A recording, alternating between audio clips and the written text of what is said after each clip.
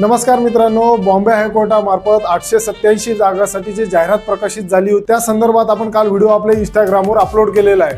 मित्रांनो, त्याच्याच बद्दल काही कॉल आणि काही मेसेज आले की हे एग्जाम कशी घेतली जाणार आहे। तर मित्रांनो, ही एग्जाम 3 टप्प्यामध्ये घेतली जाणार आहे। पहिल्या टप्प्यामध्ये तुमचा 30 मार्काची एग्जाम घेतली जाणार आहे। त्यामध्ये तुम्हाला MCQ विचारले जातील आणि ज्या उमेदवाराला 15 मार्क पडतील किंवा 15 पेक्षा जास्त पडतील अशाच उमेदवाराला दुसरा आणि तिसरा टप्पा मित्रांनो घेतला जाणार आहे। दुसऱ्या टप्प्यामध्ये तुमची शारीरिक क्षमताची चाचणी घेतली जाईल 10 मार्कासाठी आणि तिसऱ्या टप्प्यामध्ये घेतली जाईल मित्रांनो तुमची मुलाखत। असा टोटल मिळून तुमचा 50 मार्काचा पेपर असेल। या 50 मार्काच्या पेपरमध्ये मित्रांनो तुम्ही जर क्वालिफाय झाले तर S3 ग्रेडनुसार तुम्हाला 16,600 ते 52,400 रुपयापर्यंत पगार मिळू शकतो। याच्या संदर्भातली अजून काही तुम्हाला माहिती हवी असल्यास आपल्या व्हॉट्सअप ग्रुपला जॉईन होऊ शकता आणि व्हॉट्सअप ग्रुपला जॉईन होण्यासाठी तुम्हाला लिंक आपल्या प्रोफाईलमध्ये बघायला मिळेल।